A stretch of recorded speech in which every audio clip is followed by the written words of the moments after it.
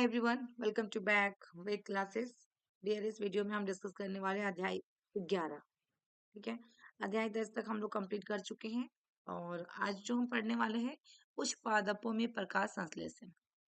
तो आप लोग के लिए हेल्पफुल रहा डियर, तो वीडियो को पूरा देखें, स्किप ना करें, क्योंकि देखिए इसमें जो एक दो बार रिवीजन कर चुके हैं एनसीईआरटी को बायोलॉजी की, तो उनके लिए ऑडियो रिकॉर्डिंग बुक जो भी होती है फास्ट जो कराया जा रहा है अभी इसी चैनल पे, आप लोग के लिए काफी हेल्पफुल रहने वाला है। यदि आपके लिए हेल्पफुल हो रही है तो आप भी अपने फ्रेंड सर्कल तक शेयर कीजिएगा, कमेंट कीजिएगा और वीडियो को लाइक कीजिएगा। और ये एंट्रेंस एग्जाम के लिए भी इम्पोर्टेंट है, नीट के साथ साथ में जिनका भी एग्जाम होगा, जैसे यूपी में, बिहार में, एमपी में, छत्तीसगढ़ में, हरियाणा, राजस्थान, सभी जगह में बोथ लैंग्वेज में क्वेश्चन पूछे जाते हैं। तो उन सभी के लिए इम्पोर्टेंट तो है ही है, और बोर्ड एग्जाम जिनका होगा 11th का, उनका भी एग्जाम इम्पोर्टेंट है। तो ये बायोलॉजी की हिंदी मीडियम जो है, जिनके जिनके क्लास में आते हैं रियर की बायोलॉजी हमें पढ़ना है 11th 12th, उनके लिए हेल्पफुल होने वाले।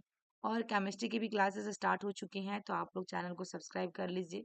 फर्स्ट क्लास मैंने उसमें करवा चुकी हूँ, फर्स्ट लेक्चर। आप उस वीडियो को जरूर देखिएगा और उसको भी शेयर कीजिएगा डियर। तो आइए स्टार्ट करते हैं देर न करते हुए।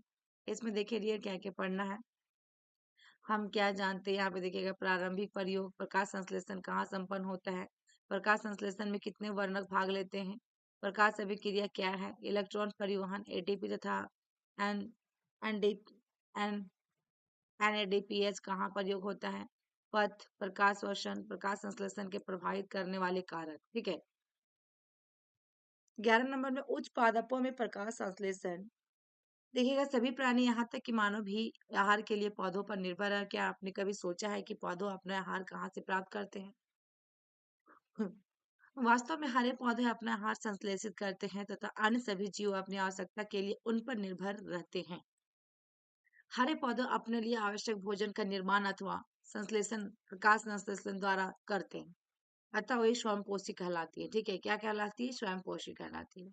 आप पहले ही पढ़ चुके हैं कि स्वयंपोषी संश्लेषण केवल पौधों में ही पाया जाता है तथा अन्य सभी जीव जो अपने भोजन के लिए पौधों पर निर्भर करते हैं विषमपोषी कहलाते हैं। देख लीजिए, तथा अन्य सभी जीव अपने भोजन के लिए पौधों पर निर्भर करते हैं, क्या कहलाते हैं? विषमपोषी कहलाते हैं। यह एक ऐसी भौतिक रासायनिक प्रक्रिया है जिसमें कार्बनिक यौगिकों को संश्लेषित करने के लिए प्रकाश ऊर्जा का उपयोग करते हैं। अतः कुल मिलाकर पृथ्वी पर रहने वाले सारे जीव ऊर्जा के लिए सूर्य के प्रकाश पर निर्भर करते हैं। पौधों द्वारा, देखिएगा, पौधों द्वारा प्रकाश संश्लेषण में उपयोग की गई सूर्य ऊर्जा पृथ्वी पर जीवन का आधार है। प्रकाश संश्लेषण के महत्वपूर्ण होने के दो कारण है। कौन कितना कारण है? दो कारण है। ठीक है डियर, तो दो कारण जो है आपका यहाँ पे देखिएगा, सबसे पहले यहाँ पे मार्क कर देते हैं, हाइलाइट कर देते हैं, ताकि आप लोग को इसमें थोड़ा इजी हो। यहाँ दो कारण है ना, यह पृथ्वी पर समस्त खाद्य पदार्थों का प्राथमिक स्रोत है तथा यह वायुमंडल में ऑक्सीजन को छोड़ता है। क्या आपने कभी सोचा है कि यदि सांस लेने के लिए ऑक्सीजन ना हो तो क्या होगा? इस अध्याय में प्रकाश संश्लेषण यानी कि मशीनरी तथा विभिन्न प्रक्रियाओं के विषय में बताया जाएगा, जो आपको प्रकाश ऊर्जा को रासायनिक ऊर्जा में रूपांतरित करती है। हम क्या जानते हैं? देखिएगा, आइए पहले यह पता करें कि हम प्रकाश संश्लेषण के विषय में क्या जानते हैं। पिछली कक्षाओं में आपने कुछ सरल प्रयोग किए होंगे जिनसे पता लगा होगा कि क्लोरोफिल क्या है यहाँ पे, क्लोरोफिल। ठीक है ना, क्लोरोफिल यानी कि पत्तियों का हरा जो करता है, हरा वर्णक, प्रकाश संश्लेषण कार्बन डाइऑक्साइड प्रकाश संश्लेषण के लिए आवश्यक है। ठीक है ना, ये सब आपका रहा डियर।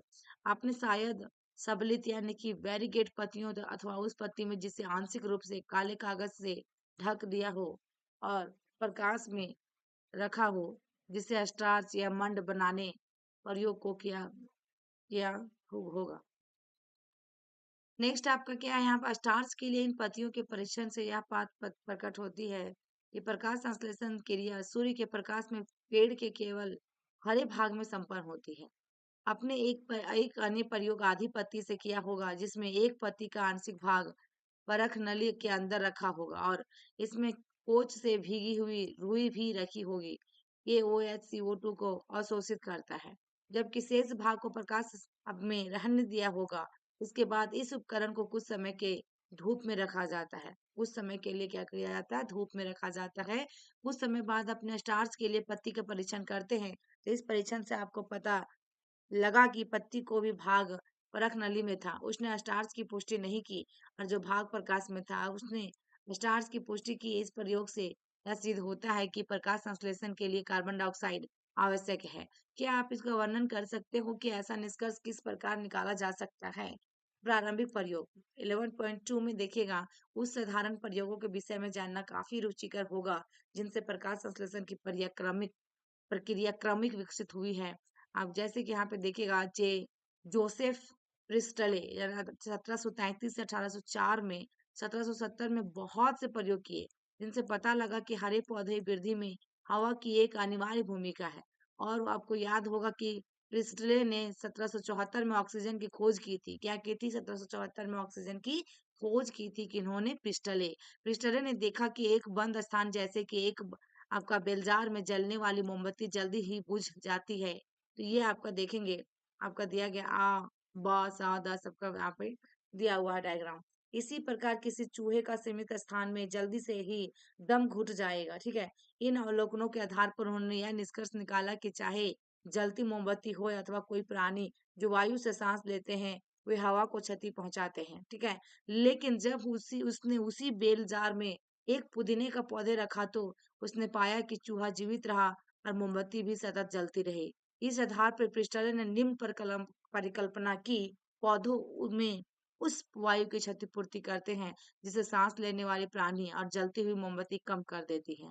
क्या आप कल्पना कर सकते हैं कि प्रिस्टले ने प्रयोग करने के लिए एक मोमबत्ती एवं पौधों का उपयोग कैसे किया होगा? याद रखें कि उस मोमबत्ती को कुछ दिनों बाद पुनः जलाने की आवश्यकता होगी, ताकि यह पता कर सकें कुछ दिनों के बाद जलेगी अथवा नहीं। ठीक है। सेटअप के बिना बाधित किए आप मोमबत्ती को जलाने के लिए कितनी विधियों के बारे में सोच सकते हो? नेक्स्ट आपका क्या है ना, जॉन देखिएगा, जॉन इंजन हाउस 1730 से 1799 में प्रिस्टले द्वारा निर्मित जैसे सेटअप का उपयोग किया, जिसमें उसने उसे एक बार अंधेरे में और फिर एक बार सूर्य की रोशनी में रखा। जिससे पता यह लगा कि पौधों की प्रक्रिया में सूर्य का प्रकाश अनिवार्य है। यह जलती हुई मोमबत्ती या सांस लेने वाले प्राणियों द्वारा खराब हुई वायु को शुद्ध बनाता है। और इंजन हाउस ने अपने एक परिष्कृत प्रयोग में एक जलीय पौधों के साथ एक दिखाया कि तेज धूप में पौधों के हरे भाग के आसपास छोटे-छोटे बुलबुले बन गए थे, जबकि अंधेरे में रखे गए पौधों के आसपास बुलबुले नहीं बने थे। बाद में उसने इन बुलबुलों पर की पहचान ऑक्सीजन के रूप में की थी, अतः उसने यह भी दिखा दिया कि पौधे का केवल हरा भाग ही ऑक्सीजन को छोड़ सकता है। ठीक है, बहुत इंपॉर्टेंट रहा। 1854 में, फिर यहाँ पे देखिएगा डियर, क्या है आपका 1854 में। 1854 से पहले इसकी जानकारी नहीं थी। ठीक है। किंतु जूलियस वॉन सैचस ने प्रमाण दिया कि जब पौधा वृद्धि करता है, तब ग्लूकोज यानी शर्करा बनती है। ग्लूकोज प्रायः स्टार्च के रूप में संचित होता है। उसके बाद के अध्ययनों से यह पता लगा कि पौधों का हरा पदार्थ, जिसने क्लोरोफिल कहते हैं, पौधों की कोशिकाओं में स्थित विशिष्ट भाग, जिसे क्लोरोप्लास्ट कहते हैं, ये आपको उसने बताया कि पौधे के हरे भाग में ग्लूकोज बनाता है और ग्लूकोज प्रायः स्टार्च के रूप में संचित होता है। अब देखिएगा यहाँ पे क्या पूछा है, टी डब्ल्यू, है ना, टी डब्ल्यू एंजेलमैन 1843 से 1909 द्वारा किए गए रोचक प्रयोग पर ध्यान दें, जिसमें प्रिज्म की सहायता से प्रकाश को स्पेक्ट्रमी घटकों में अलग किया और फिर से एक हरे शैवाल यानी कि कैलिडोफोरा को, जिसे ऑक्सीबैक्टीरिया के निलंबन में रखा गया था, इसके प्रत्युत्तर किया गया। बैक्टीरिया का उपयोग ऑक्सीजन निकलने का केंद्र पता लगाने के लिए किया था। उसने पाया कि बैक्टीरिया प्रमुखतः लाल एवं नीले प्रकाश क्षेत्रों में एकत्र हो गए थे। इस तरह से प्रकाश संश्लेषण कहा पहला सक्रिय स्पेक्ट्रम यानी कि एक्शन स्पेक्ट्रम वर्णित किया गया। यह मोटे तौर पे क्लोरोफिल ए, बी और शोषण स्पेक्ट्रा से मेल खाता है। और 11.4 में आपको ये दिया गया था। 19वीं सदी के मध्य तक पादप प्रकाश संश्लेषण की सभी मुख्य विशेषताओं के बारे में पता चल चुका था, जैसे कि पौधों में CO2 तथा पानी से प्रकाश ऊर्जा का उपयोग कर कार्बोहाइड्रेट्स बनाते हैं। ऑक्सीजन उत्पन्न करने वाले जीवों में प्रकाश संश्लेषण की कुल प्रतिक्रिया अनुभाविक समीकरण द्वारा प्रस्तुत किया गया। CO2 प्लस H2O, यहाँ प्रकाश CH2O प्लस O2, जहाँ पर CH2O एक कार्बोहाइड्रेट जैसे ग्लूकोज एक छह कार्बन शुगर का प्रतिनिधित्व करता है। एक सूक्ष्म देखिएगा जीव विज्ञानी कॉर्नेलियस वैन लीन 1897 से 1985 के प्रयोग ने प्रकाश संश्लेषण को समझने में मील के पत्थर का काम किया। उसका अध्ययन बैंगनी यानी पर्पल एवं हरे बैक्टीरिया पर आधारित थी। उन्होंने बताया कि प्रकाश संश्लेषण एक प्रकाश आधारित प्रक्रिया है, जिसमें ऑक्सीकरणीय यौगिक से प्राप्त हाइड्रोजन का कार्बन डाइऑक्साइड को अपचयित करके कार्बोहाइड्रेट बनाते हैं। इसे निम्नलिखित रूप से व्यक्त किया जा सकता है। देखिएगा 2H2A प्लस CO2 प्रकाश 2A plus CH2O plus H2O। हरे पौधों में H2O हाइड्रोजन देता है और ऑक्सीजन ऑक्सीकृत होकर O2 देता है। कुछ जीव प्रकाश संश्लेषण के दौरान O2 मुक्त नहीं करते हैं, जबकि H2S बैंगनी एवं हरे बैक्टीरिया के लिए हाइड्रोजन दाता देता है। तो ऑक्सीकरण उत्पाद जीवों के अनुसार सल्फर अथवा सल्फेट होता है, ना कि ऑक्सीजन। इससे इससे उन्होंने निष्कर्ष निकाला कि हरे पौधों द्वारा निकाली गई ऑक्सीजन H2O से आती है, ना कि कार्बन डाइऑक्साइड से। बाद में यह बात रेडियो आइसोटोपिक तकनीक के उपयोग से सही प्रमाणित हुई। इसलिए कुल प्रकाश संश्लेषण के प्रस्तुत करने वाला सही समीकरण निम्न है: 6CO2 plus 12H2O 6C6H12O6 plus 6H2O plus 6O2। ठीक है, यहाँ से 6H12O2 ग्लूकोज का प्रतिनिधित्व करता है। ग्लूकोज की फार्मूला जल से निकलने वाले O2 को रेडियो आइसोटोपिक तकनीक से सिद्ध किया जा चुका है कि यह एक एकल क्रिया नहीं है, बल्कि बहुचरणीय प्रक्रम का वर्णन है, जिसे प्रकाश संश्लेषण कहते हैं। क्या कहते हैं? प्रकाश संश्लेषण कहते हैं। क्या आप यह वर्णन करेंगे कि उपरोक्त समीकरण में जल के 12 अणुओं का क्रियाधार के रूप में क्यों प्रयोग किया गया? तीसरा है आपका प्रकाश संश्लेषण कहाँ संपन्न होता है? अध्याय 8 में आपने 8 में के बाद निश्चित ही आपका उत्तर होगा कि हरी पत्तियों में, अथवा आप कह सकते हैं कि क्लोरोप्लास्ट से निश्चित ही आपका उत्तर सही है। प्रकाश संश्लेषण क्रिया हरी पत्तियों में तो संपादित होती है, लेकिन यह पौधों के अन्य सभी हरे भागों में भी होती है। क्या आप पौधे के कुछ अन्य भागों के नाम बता सकते हैं जहाँ प्रकाश संश्लेषण संपादित हो सकते हैं? आपने पिछली इकाई में पढ़ा होगा कि पत्तियों में मेसोफिल कोशिकाएं होती है। क्या होती है? मेसोफिल कोशिकाएं होती है, जिनमें अत्यधिक मात्रा में क्लोरोप्लास्ट होता है। सामान्यतः क्लोरोप्लास्ट मेसोफिल कोशिकाओं के भित्ति के साथ पंक्तिबद्ध होता है, जिससे कि वो इष्टतम मात्रा में आपतित प्रकाश प्राप्त कर सके। आपके विचार से हरित लवक कब अपने सपाट पटल भित्ति के समांतर, यहाँ पे देखिएगा जी, ये सबका यहाँ डायग्राम बनाया गया। ये जो आपका है क्या है, लाइपेट की बूंद, स्टार्च की कणिका, फिर उसके बाद राइबोसोम, ठीक है, पेटिका, ग्राना, पेटिका, पटलिका, भीतरी झिल्ली, बाहरी झिल्ली सब दिया गया। पंक्तिबंद होते हुए आपतित सूर्य के प्रकाश से कब लंबित होते होंगे? आपने अध्याय 8 में क्लोरोप्लास्ट की संरचना के बारे में पढ़ा है। क्लोरोप्लास्ट में एक झिल्ली तंत्र होता है, जिसमें ग्रेना, स्ट्रोमा, लैमेले और स्ट्रोमा तरल होता है। ठीक है, क्लोरोप्लास्ट में सुस्पष्ट श्रम विभाजन होता है। झिल्ली तंत्र प्रकाश ऊर्जा को ग्रहण करता है और एटीपी एवं एनएडी एनएडीपीएस का संश्लेषण करता है। स्ट्रोमा में एंजाइमेटिक प्रतिक्रिया होती है, जो शर्करा का संश्लेषण करता है और बाद में स्टार्च में परिवर्तन हो जाता है। पहली वाली प्रक्रिया को प्रकाश अभिक्रिया यानी प्रकाश रासायनिक अभिक्रिया कहा जाता है, क्योंकि यह पूर्णतः प्रकाश पर आधारित है। दूसरी प्रतिक्रिया प्रकाश अभिक्रिया के उत्पाद पर निर्भर होती है, अर्थात एटीपी एनएडीपीएस, जो संदाधित रूप से अंधेरे में संपन्न होती है, अतः इसे आप प्रकाशीय अभिक्रिया कार्बन अभिक्रिया कहते हैं। इसके विषय का विस्तृत अध्ययन बाद में भी इसी अध्याय में किया जाएगा। चौथा में आपका प्रकाश संश्लेषण में कितने प्रकार के वर्णक भाग लेते हैं? जब आप किसी पौधों को देख रहे होते हैं तो कभी कभी आश्चर्य हुआ होगा कि इस पौधों में पत्तियों के हरे रंग में सूक्ष्म अंतर क्यों और कैसे। हम इस प्रश्न का उत्तर देने के लिए किसी भी हरे पादप के पर्ण वर्णकों के पेपर को का क्रोमेटोग्राफी यानी कागज वर्ण लेखक के द्वारा अलग कर सकते हैं।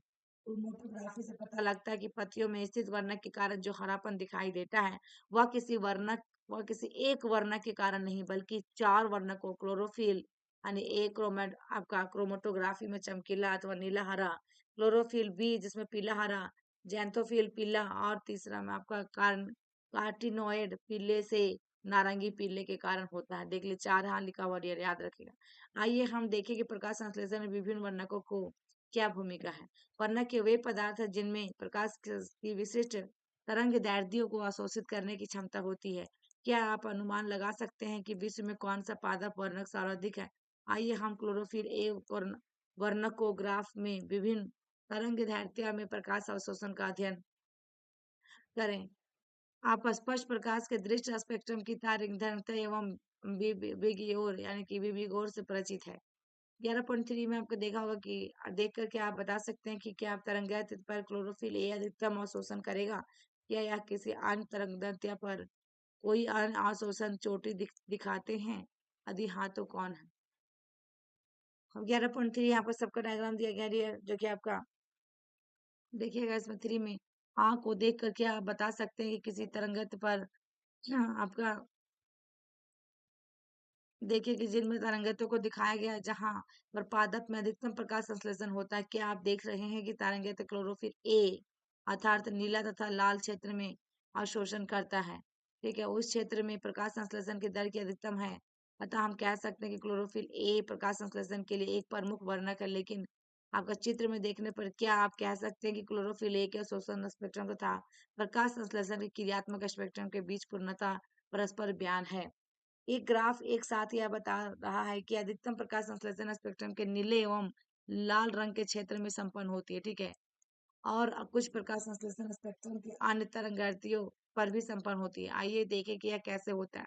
यद्यपि क्लोरोफिल ए प्रकाश के अवशोषित करने का मुख्य वर्णक है, फिर भी यह थाइलाकोइड में वर्णक जैसे क्लोरोफिल बी, ज़ैंथोफिल तथा कैरोटीन, जिन्हें सहायक वर्णक कहते हैं, वे प्रकाश को अवशोषित करते हैं तथा अवशोषित ऊर्जा को क्लोरोफिल ए के स्थानांतरित कर देते हैं। वास्तव में यह वर्णन केवल प्रकाश संश्लेषण को प्रेरित करने वाली उपयोगी तरंगाइत्र के क्षेत्र को बढ़ाते हैं, बल्कि ये क्लोरोफिल ए या का फोटो ऑक्सीडेशन से भी बचाते हैं। प्रकाश अभिक्रिया क्या है?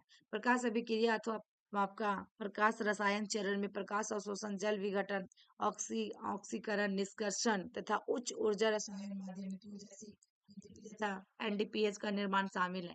इस प्रक्रिया में अनेक प्रोटीन कॉम्प्लेक्स सम्मिलित होते हैं। यह वर्णक दो सुपर से प्रकाश रसायन लाइट हार्वेस्टिंग कॉम्प्लेक्स यानी कि एलएचसी, जिन्हें फोटो सिस्टम फर्स्ट पीएस तथा फोटो सिस्टम टू पीएस2 कहते हैं, गठित होता है। कि इन्हें खोज के क्रम में ये नाम दिए गए हैं, ना कि प्रकाश अभिक्रिया के दौरान उनके काम के अनुक्रम में। एलएचसी प्रोटीन से आबद्ध हजारों वर्णक अणुओं से बने होते हैं, प्रत्येक जो फोटो सिस्टम में सभी वर्णक होते हैं सिवाय क्लोरोफिल ए के अणु के। एलएचसी का निर्माण करते हैं, जिन्हें आपको एंटेनी कहते हैं। ये वर्णक विभिन्न तरंगदैर्ध्यों के प्रकाश को अवशोषित कर प्रकाश संश्लेषण को अधिक दक्ष बनाते हैं। क्लोरोफिल ए का एक अकेला अणु अभिक्रिया केंद्र बनाता है। दोनों फोटो सिस्टम में प्रतिक्रिया केंद्र पृथक होते हैं। पीएच1 में अभिक्रिया केंद्र क्लोरोफिल ए और अवशोषण शीर्ष 700 एनएम मतलब एनएम पर होता है, अतः इसे P700 कहते हैं। पीएच सेकेंड में अवशोषण शीर्ष 680 एनएम पर होता है, अतः इसे हम P660 कहते हैं। ठीक है, बहुत इंपॉर्टेंट रहा। इलेक्ट्रॉन परिवहन, इलेक्ट्रॉन परिवहन में आपका क्या क्या है?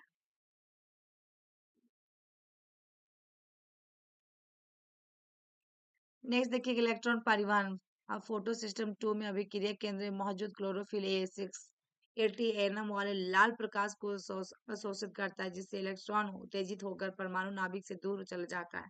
इससे इलेक्ट्रॉन को एक इलेक्ट्रॉन ग्राही लेता है और इसे इलेक्ट्रॉन ट्रांसपोर्ट सिस्टम, जिसमें साइटोक्रोम होते हैं, पहुंचा दिया जाता है। इलेक्ट्रॉन की यह गतिविधि अधोगामी है, जो अपच अपच उपचय विभव मापन रिडॉक्स आपका क्वांटेशियल स्केल के रूप में है।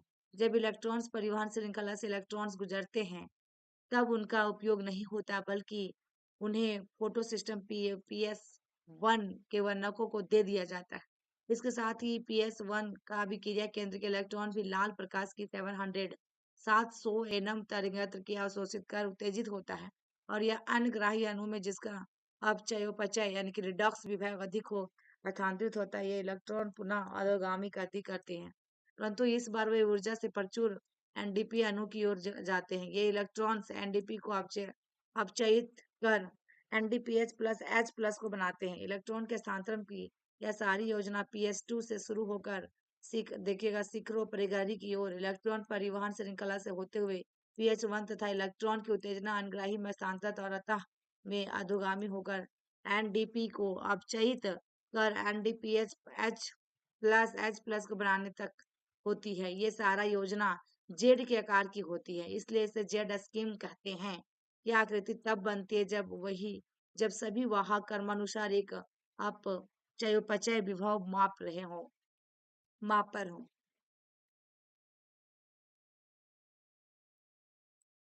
जल का विघटन। आप अब आप पूछेंगे कि पीएस2 कैसे इलेक्ट्रॉन की आपूर्ति नियंत्रण करता है। वे इलेक्ट्रॉन जो फोटो सिस्टम 2 में निकलते हैं, उनकी जगह नीचे थी दूसरों को लेनी चाहिए। जल विघटन का संबंध पीएस2 से है। जल H प्लस लिखेगा इसमें O तथा इलेक्ट्रॉन में विघटित होता है, इससे ऑक्सीजन उत्पन्न होता है, जो प्रकाश संश्लेषण का एक शुद्ध उत्पाद है। फोटो सिस्टम 1 से निकलने वाले इलेक्ट्रॉन फोटो सिस्टम 2 से उपलब्ध कराए जाते हैं।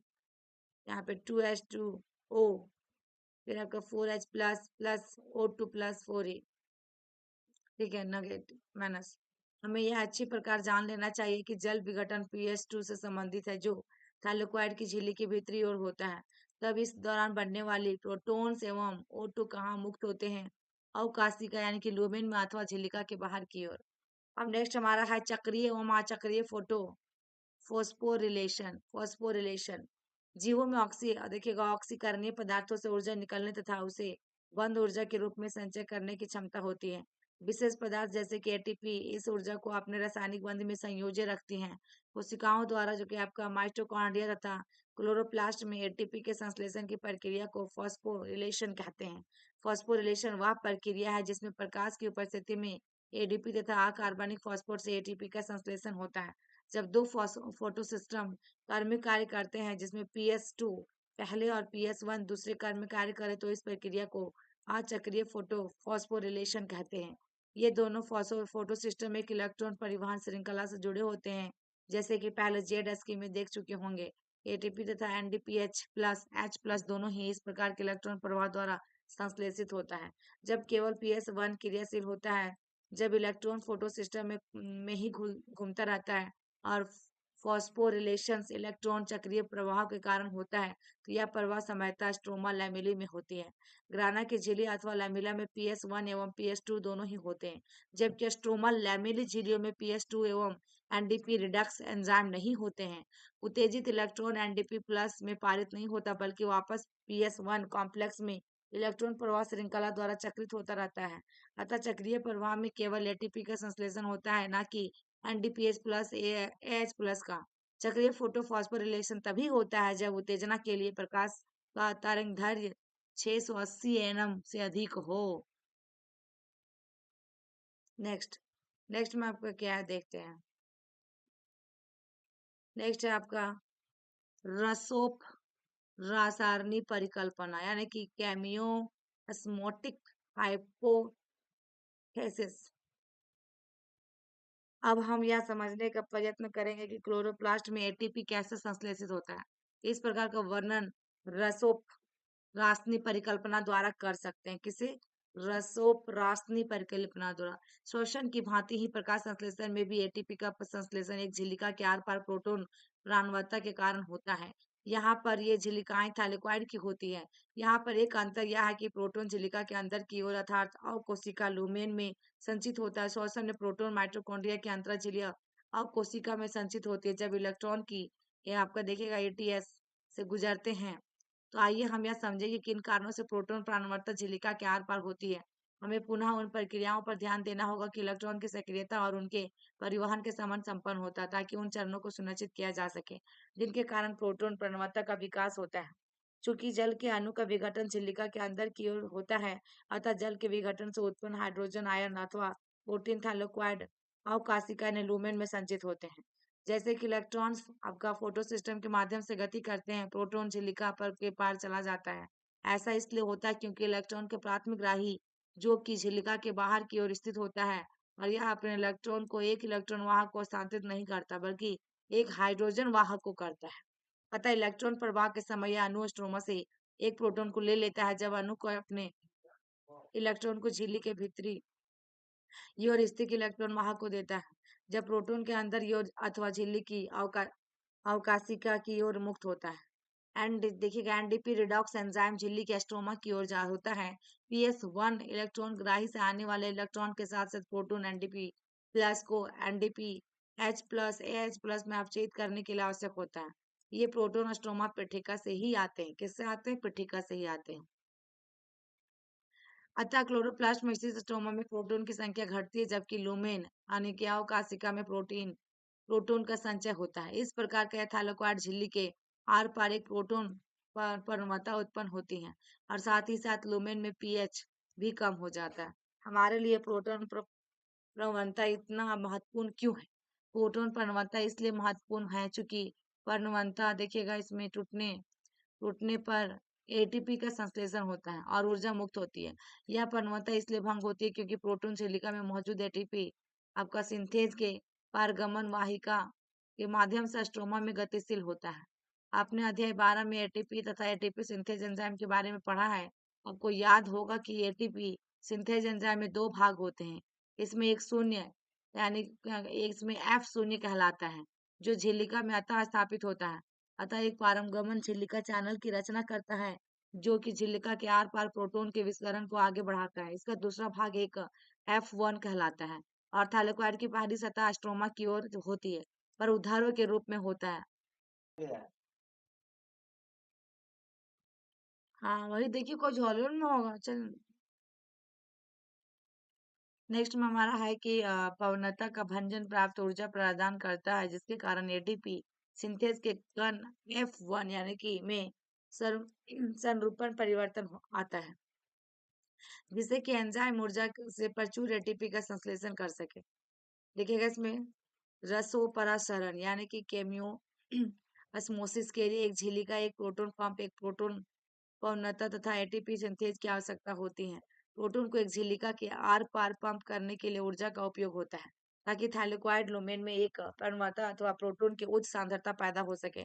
एटीपी सिंथेज के आसपास एक चैनल अथवा नलिका होता है जो झिल्लिका के आर पार प्रोटॉन को विसरण का अवसर देता है या एटीपी सिंथेज एंजाइम को सक्रिय करने के लिए पर्याप्त ऊर्जा छोड़ता है और एटीपी संश्लेषण को उत्प्रेरित करता है।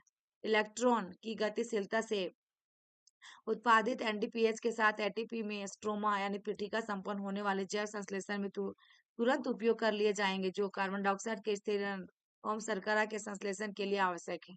नेक्स्ट आपका देखिएगा एटीपी तथा एनडीपीएच कहाँ उपयोग होते हैं। ठीक है इसमें हमारा हमने पढ़ा है कि प्रकाश अभिक्रिया के उत्पाद एटीपी एनडीपीएच तथा O2 है। इनमें O2 से क्लोरोप्लास्ट के बाहर विस्तृत होती है जबकि एटीपी तथा एनडीपीएच का उपयोग आहार अथवा शर्करा को संश्लेषित करने वाली प्रक्रिया में होता है। यह यह प्रकाश संश्लेषण का जैव संश्लेषण चरण होता है। यह प्रक्रिया परोक्ष रूप से प्रकाश पर निर्भर नहीं होती बल्कि यह प्रकाश की प्रक्रियाओं के उत्पादों अथवा अर्थात एटीपी तथा एनडीपीएच के अतिरिक्त CO2 तथा H2O पर निर्भर होती है। आप शायद यह आश्चर्य कर सकते हैं कि इसकी सत्यता की जांच कैसे की जा सकती है। बहुत ही सरल है। प्रकाश उपलब्ध ना होने के तुरंत बाद कुछ समय तक के लिए जैव संश्लेषण प्रक्रिया जारी है और इसके बाद बंद हो जाती है। यदि इसके बाद पुनः प्रकाश उपलब्ध होता है तो संश्लेषण पुनः आरंभ हो जाता है। अतः जैव संश्लेषण चरण को अप्रकाशीय अभिक्रिया यानी कि डार्क रिएक्शन कहना क्या एक मिथ्या है और अपने साथियों के बीच इसकी चर्चा करें। आइए हम देखें कि जैव संश्लेषण चरण में एटीपी तथा एनडीपीएच का उपयोग कैसा होता है। हम पहले देख चुके हैं कि H2O के साथ CO2 के मिलने से CH2O एन अथवा शर्करा उत्पादित होती है। यह वैज्ञानिकों को रुचि थी। उन्होंने यह खोजा कि यह प्रतिक्रिया कैसे संपन्न होती है अथवा यह जानना है कि कार्बन डाइऑक्साइड की प्रतिक्रिया में आने से अथवा यौगिकीकृत होने से कौन सा पहला उत्पाद बनता है। द्वितीय विश्व युद्ध के ठीक बाद लाभदायी उपयोग होती रेडियो आइसोटॉपी का उपयोग किया गया। इस उपयोग में मेलविन कैल्विन का कार्य सराहनीय था। उन्होंने शैवाल में रेडियो एक्टिव यानी पोटेंसी का उपयोग प्रकाश संश्लेषण अध्ययन में किया जिससे पता लगा कि कार्बन डाइऑक्साइड यौगिकीकरण यानी कि फिक्सेशन पहला उत्पाद एक 3 कार्बन वाला कार्बनिक अम्ल था जिसके साथ उसने संपूर्ण जैव संश्लेषण पद की खोज किया था। इसे कैल्विन चक्र कहते हैं और इससे पहले उत्पाद का नाम 3 फॉस्फोग्लिसरिक अम्ल अथवा संक्षेप में पीजीए है। इसमें कितने कार्बन परमाणु होते हैं। वैज्ञानिकों ने जानने या प्रयत्न किया कि क्या सभी पौधों कार्बन डाइऑक्साइड यौगिकीकरण स्थिरीकरण के बाद पहला उत्पाद पेज ही बनाते हैं अथवा फिर अन्य पौधों में कोई अनुत्पाद है। तो बहुत सारे पौधों में व्यापक शोध किए गए जहां पर कार्बन डाइऑक्साइड के यौगिकीकरण का पहला स्थायी उत्पाद पुनः एक कार्बनिक अम्ल था जिसमें कार्बन के 4 परमाणु थे। ये अम्ल देखिएगा ऑक्जेलो एसिटिक अम्ल अथवा OA था। ठीक है जब से प्रकाश संश्लेषण के दौरान कार्बन डाइऑक्साइड के संयुगीकरण यानी कि एसिमिलेशन को दो मुख्य विधियों से बताया गया। जिन पौधों में कार्बन डाइऑक्साइड यौगिकीकरण का पहला उत्पाद C3 अम्ल पीजीए था उसे C3 पथ पर जिनका पहला उत्पाद C4 अम्ल OF था उसे C4 पथ कहते हैं। इन दोनों समूहों के पौधों में कुछ अन्य अभिलक्षण भी होते हैं इनकी जिनकी चर्चा हम बाद में करेंगे।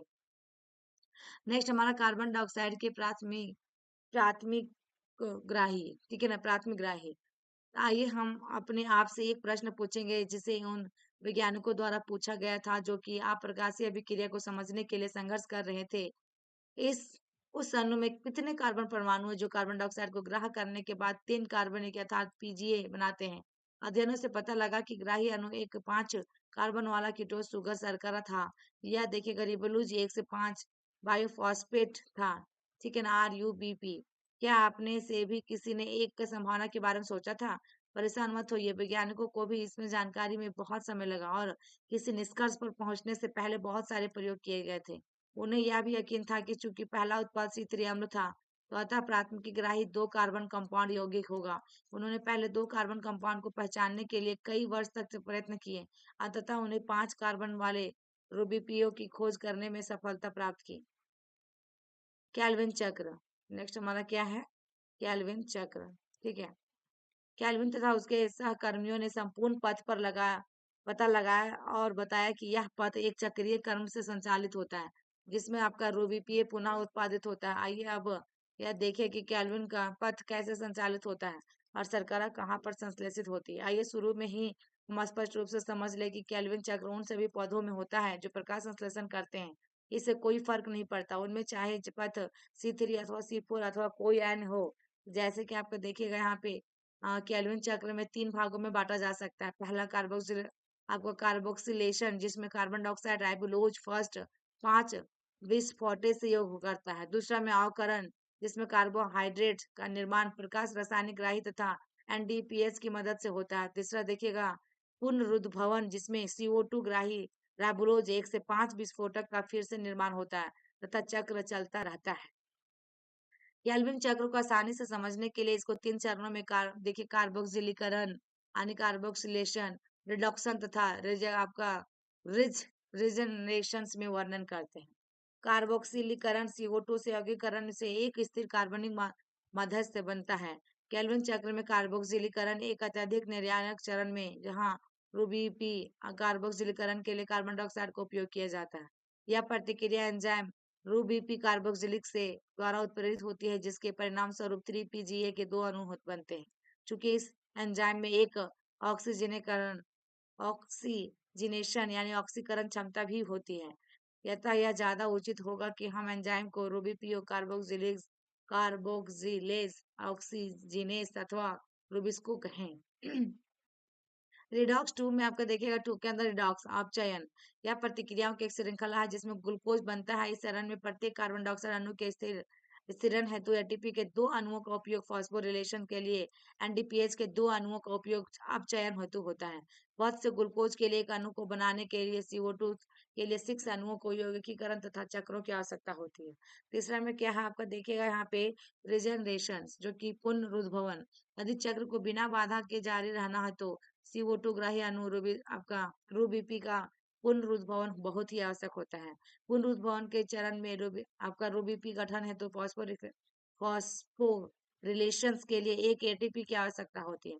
इसलिए केल्विन चक्र में CO2 के प्रत्येक अणु को प्रवेश के लिए एटीपी 3 अणु के तथा NDPH के 2 अणुओं की आवश्यकता होती है। आपका प्रकाश अभिक्रिया में उपयोग होने वाले एटीपी और NDPH की संख्याओं में यह अंतर है कि चक्रीय फॉस्फोरिलेशंस का संपन्न कराने का कारण है। ग्लूकोज के एक अणु की रचना के लिए 6 चक्रों की आवश्यकता होती है। यह पता करें कि केल्विन पथ के माध्यम से ग्लूकोज के एक अणु की रचना के लिए कितने एटीपी अब NDPH के अणुओं की आवश्यकता होती है। आपको यह बात शायद समझने में मदद करेगी कि केल्विन चक्र में क्या अंतर हो जाता है और क्या बाहर निकलता है। यहाँ पे अंदर और बाहर देखिएगा 6CO2 एक ग्लूकोज 18 ATP ठीक है ना, और 12 यहाँ पे NDPH, यहाँ पे 12 आपका NDP अंदर बाहर का दिया है। अब पद देखिएगा इसमें C4 पद, जैसा कि पहले बताया गया कि पौधे जो शुष्क उष्ण कटिबंधीय क्षेत्र में पाए जाते हैं उनमें C4 पद होता है। क्या होता है? C4 पद होता है।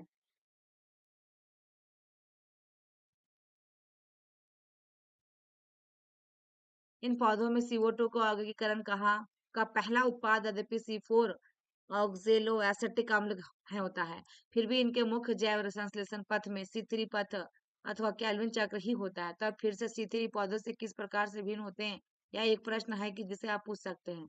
C4 पौधे विशिष्ट है, इनकी पत्तियों में एक विशेष प्रकार की शारीरिक होती हैं। ये उच्च ताप को सह सकते हैं और ये उच्च प्रकाश तीव्रता के प्रति अनुक्रिया करते हैं। उनमें प्रकाश संश्लेषण प्रक्रिया नहीं होती और उनमें जैव भार अधिक उत्पन्न होता है। आइए इन्हें एक एक करके समझे। C3 C4 पत्तियों की खड़ी काट कर अध्ययन करें। क्या आपने इन दोनों में कोई अंतर देखा है? क्या दोनों में एक ही प्रकार के पर्ण मध्यक है, क्या इनके संवहनी फूलाछाद के आसपास एक ही प्रकार की कोशिकाएं हैं?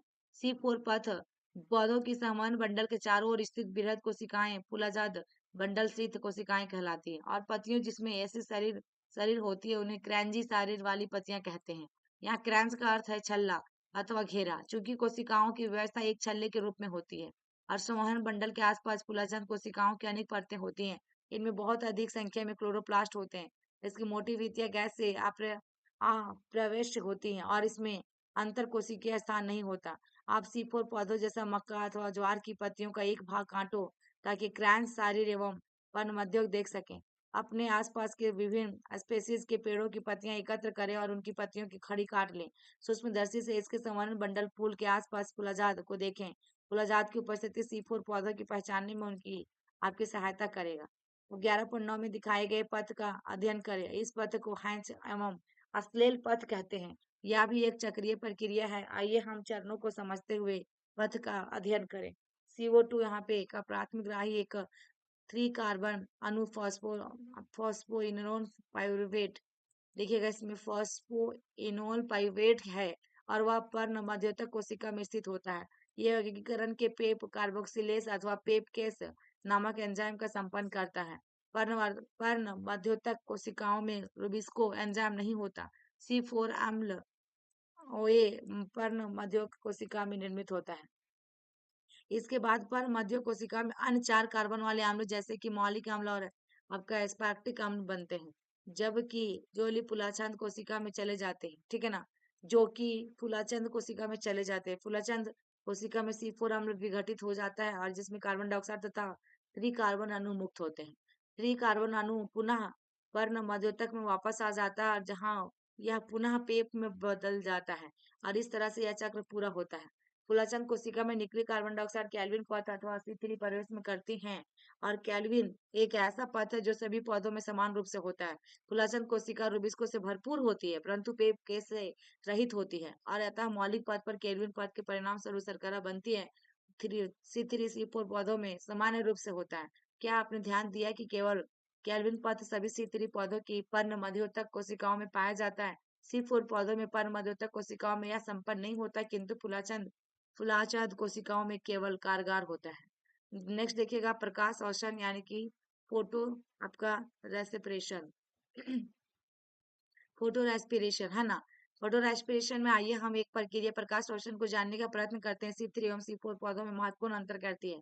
प्रकाश रोशन समझने के लिए हमें कैल्विन पथ के प्रथम चरण अर्थात CO2 स्थिरीकरण के पहले चरण के विषय में कुछ अधिक जानकारी करनी होगी। यहाँ पर अभिक्रिया है रूबीपी कार्बन डाइऑक्साइड से संयोजित कर 3 PGA के 2 अणुओं का गठन करता है और एक एंजाइम रिबुलोज विस्फोट कार्बोक्सिलेज ऑक्सीजनेस के द्वारा उत्प्रेरित होता है। RuBP प्लस CO2 देखिएगा रुबिस्को में 2x आपका 3 PGA। रुबिस्को नामक एंजाइम विश्व में सबसे ज्यादा प्रचुर है। आपको आश्चर्य होता होगा क्यों? यह इसका एक यह गुण है कि इसकी सक्रिय जगह CO2 एवं O2 दोनों से संबंधित हो सकता है। इसलिए इसको हम क्या कहते हैं? रुबिस्को कहते हैं। क्या कहते हैं इसको? रुबिस्को कहते हैं। क्या आप सोच सकते हैं कि कैसे संभव है? जब CO2 O2 का अनुपात लगभग समान होता है तो रुबिस्को में O2 की अपेक्षा CO2 के लिए अधिक बंधुता है। कल्पना कीजिए, ठीक है ना, ये चीज दिया गया है। तो ऐसा नहीं होता तो क्या होता है? अब इतना प्रतियोगितात्मक O2 अथवा CO2 इनमें से कौन आबंध होगा, यह उनकी सापेक्ष सांद्रता पर निर्भर करता है। C3 पौधों में कुछ O2 रुबिस्को बाधित होती है अतः CO2 का वर्गीकरण कम हो जाता है। यहाँ पर RuBP 3 PGA के अणुओं में परिवर्तन होने के बजाय ऑक्सीजन से संयोजित होकर चक्र में एक फॉस्फोग्लिसरेट अणु तथा फॉस्फोग्लाइकोलेट का एक अणु बनाते हैं जिसे प्रकाश श्वसन कहते हैं। प्रकाश श्वसन पथ में शर्करा तथा और एटीपी का संश्लेषण नहीं होता बल्कि इसमें एटीपी का उपयोग साथ CO2 में भी निकलती है। प्रकाश श्वसन पथ में एटीपी अथवा एनडीपीएस का संश्लेषण नहीं होता। प्रकाश श्वसन के जॉय के कार्य के बारे में अभी तक पता नहीं है।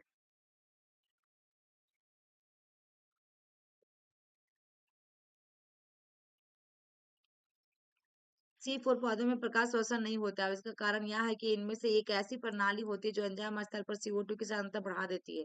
ऐसा तब होता है जब मध्योतक C4 अम्ल फूलाचाद में टूटकर CO2 को मुक्त करता है जिससे परिणाम स्वरूप CO2 की अंतर कोशिकीय सांद्रता बढ़ जाती है।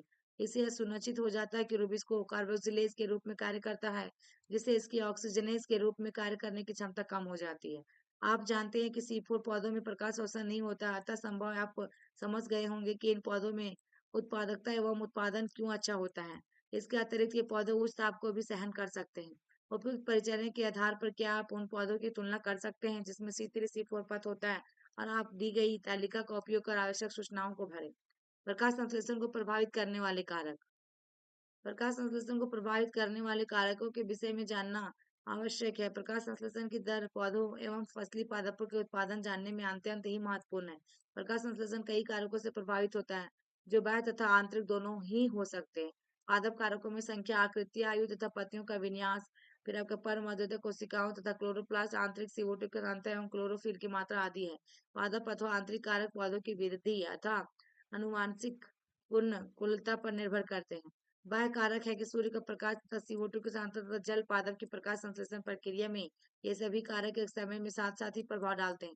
यद्यपि बहुत सारे कारक परस्पर क्रिया करते हैं तथा साथ साथ प्रकाश संश्लेषण अथवा CO2 के औद्योगिकरण को प्रभावित करते हैं, फिर भी प्रायः इसमें से कोई भी एक कारक इसकी दर को प्रभावित अथवा सीमित करने का मुख्य कारण बन जाता है। अतः किसी भी समय पर अनुकूलतम स्तर पर उपलब्ध कारक द्वारा प्रकाश संश्लेषण की दर का निर्धारण होगा। जब अनेक कारक किसी जैव या रासायनिक प्रक्रिया को प्रभावित करते हैं तो ब्लैकमेल का 1905 में देखिएगा, ब्लैकमैन का लॉ ऑफ लिमिटिंग फैक्टर्स प्रभाव में आता है। इसके अनुसार यदि कोई रासायनिक प्रक्रिया एक से अधिक कारकों द्वारा प्रभावित होती है तो इसकी दर का निर्धारण उस सम्मिश्र कारक द्वारा होगा कि न्यूनतम मान यानी कि मोल वाला हो। अगर उस कारक की मात्रा बदल दी जाए तो कारक प्रक्रिया को सीधे प्रभावित करता है। उदाहरण के लिए हरी पत्ती अधिकतम अनुकूलन प्रकाश तथा कार्बन डाइऑक्साइड की उपस्थिति के बावजूद यदि ताप बहुत कम हो तो प्रकाश संश्लेषण नहीं करेगी। इस पत्ती में प्रकाश संश्लेषण तभी शुरू होगा यदि उसे इष्टतम ताप प्रदान किया जाए। नेक्स्ट हमारा क्या है, प्रकाश। जब हम प्रकाश को प्रकाश संश्लेषण को प्रभावित करने वाले कारक के रूप में लेते हैं तो हम प्रकाश की गुणवत्ता, प्रकाश की तीव्रता तथा दीप्तिकाल के बीच में अंतर करने की आवश्यकता है। यहाँ कम प्रकाश तीव्रता पर आपतित प्रकाश तथा CO2 के औद्योगिकरण की दर के बीच एक रेखीय संबंध है। उच्च प्रकाश तीव्रता होने पर इस दर में कोई वृद्धि नहीं होती, यानी कारक सीमित हो जाते हैं। इसमें ध्यान देने वाली रोचक बात यह है कि प्रकाश संतृप्ति पूर्ण प्रकाश के 10% पर होती है। छाया अथवा संघन जंगलों में उगने वाले पौधों को छोड़कर प्रकाश शायद ही प्रकृति में का सीमाकारी कारक हो। एक सीमा के बाद आपतित प्रकाश क्लोरोफिल के विघटन का कारण होती है, जिससे प्रकाश संश्लेषण की दर कम हो जाती है। नेक्स्ट हमारा कार्बन डाइऑक्साइड की सांद्रता। प्रकाश संश्लेषण में कार्बन डाइऑक्साइड एक प्रमुख सीमाकारी है। वायुमंडल में CO2 की सांद्रता बहुत ही कम है, 0.03 और 0.04% के बीच। CO2 की सांद्रता 0.05% तथा वृद्धि के कारण CO2 के औद्योगिकरण दर में वृद्धि हो सकती है, लेकिन इससे अधिक की मात्रा लंबे समय तक के लिए क्षतिकारक बन सकता है। C3 C4 CO2 की सांद्रता में भिन्न अनुक्रिया होते हैं। निम्न प्रकार प्रकाश स्थितियों में दोनों में से कोई भी समूह उच्च CO2 सांद्रता के प्रति अनुक्रिया नहीं करते। उस प्रकाश तीव्रता में C3 C4 दोनों ही तरह के पादपों में प्रकाश संश्लेषण की बड़ी दर अधिक हो जाती है। यहाँ पर ध्यान देना महत्वपूर्ण है कि C4 पौधे लगभग 660 आपको देखेगा माइक्रोलीटर -1 पर संतृप्त हो जाते हैं, जबकि C3 बढ़ी हुई और CO2 सांद्रता पर अनुक्रिया करता है। संतृप्त केवल देखिएगा आप यहाँ पे 450 माइक्रोलीटर -1 के बाद ही दिखाई देते हैं, अतः उपलब्ध CO2 का स्तर C3 पादपों के लिए सीमाकारी है।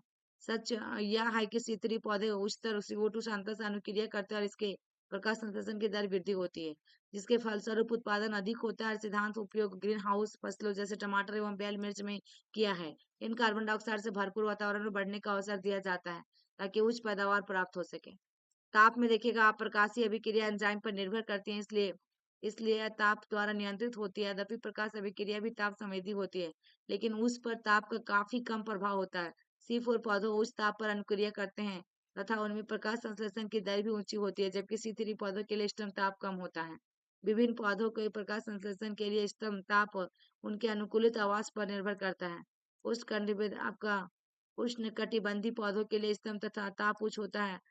समशीतोष्ण जलवायु में उगने वाले पौधों के लिए एक अपेक्षाकृत कम ताप की आवश्यकता होती है। नेक्स्ट हमारा जल है। जल अधिक प्रकाश अभिक्रिया में जल का एक महत्वपूर्ण प्रतिक्रिया अभिकारक है। तथापि आपका कारक के रूप में जल का प्रभाव पूरे पादप पर पड़ता है, न कि सीधे प्रकाश संश्लेषण पर। जल तनाव रंध्र को बंद कर देता है, अतः CO2 की उपलब्धता घट जाती है। इसके साथ ही जल तनाव से पत्तियां मुरझा जाती हैं, जिससे पत्ती का क्षेत्रफल कम हो जाता है और इसके साथ ही साथ उपापचयी क्रियाएं भी कम हो जाती हैं। तो ये थी क्लासेस डियर। आई होप कि मेरी वीडियो सच में अच्छी लगी हो तो लाइक कीजिएगा, शेयर कीजिएगा और चैनल पर नए हैं तो सब्सक्राइब कर लीजिएगा। फिर मिलते हैं नेक्स्ट चैप्टर के साथ में, क्योंकि ऑडियो वीडियो रिकॉर्डिंग का डियर बहुत फास्ट से चल रहे हैं हम लोग, ताकि आप लोग का एक बार रिविजन हो जाए, जिनका एग्जाम अभी होगा नेक्स्ट ईयर 2025 में, 2025 के लिए डियर। ठीक है, थैंक यू।